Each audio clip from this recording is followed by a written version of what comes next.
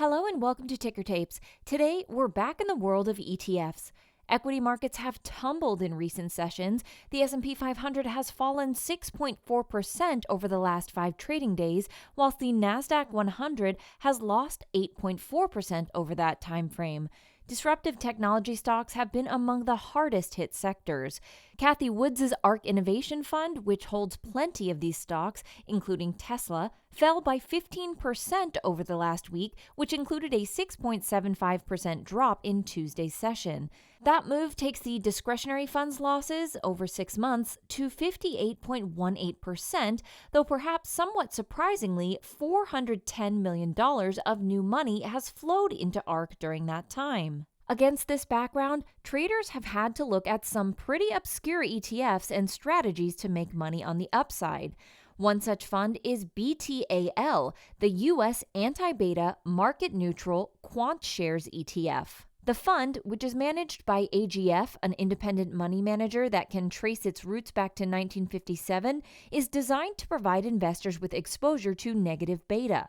Beta is a measure of how sensitive an investment is to a change in the value of its peer group or index. Assets that have negative beta tend to rise when other assets fall in value. BTAL rose by 4.69% over the last week, and it's up 7.73% over the last month. Another ETF that's designed to benefit when other markets are in trouble is TAL, the Cambria TAL Risk ETF.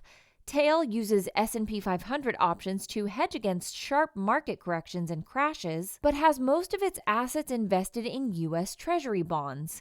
Both of these ETFs performed well on the upside when equity markets crashed in March 2020.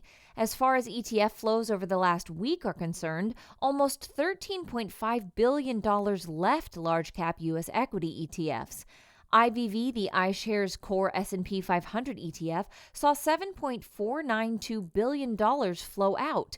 VOO, the Vanguard 500 Index Fund, lost $4.25 billion, and IVW, the iShares S&P 500 Growth ETF, saw $4.42 billion walk out of the door.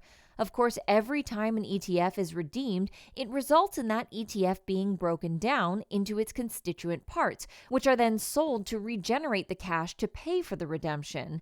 And if a market maker should choose not to break up an ETF that's being redeemed or sold, they are highly likely to hedge themselves by selling some related or closely correlated assets. ETF redemptions can create additional equity selling, which in turn can lower the price of stocks, which are then reflected in the values of the ETFs that hold them, and that can cause a negative feedback loop. UNG, the U.S. Natural Gas Fund, is among the best performing ETFs of 2022, and despite a fall of 4.68% over the last 5 trading days, it's still up by just over 70% year to date.